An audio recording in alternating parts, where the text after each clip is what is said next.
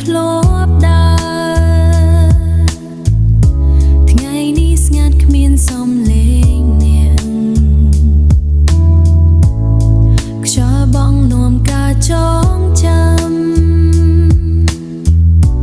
ឲ្យបេះដូងខ្ញុំឈឺម្ដងទៀតឲ្យបេះដូងខ្ញុំឈឺម្ដងពេលយំមកដល់ខ្ញុំនឹងអ្នកក្រុមពេលតែអ្វីបានផ្លងហើយសោះតែអនុស្សាវរីយ៍នៅក្នុងបេះដូងខ្ញុំស្នេហ៍ដែលធ្លាប់ស្រស់ស្អាតថ្ងៃនេះខ្លាចជាទឹកភ្នែកតួខ្ញុំព្យាយាមភ្លេចប៉ុណ្ណាក៏នៅតែនឹងអ្នកដម្នាក់ដែលខ្ញុំស្រឡាញ់បំផុតរូបថតចាំងនៅកន្លែង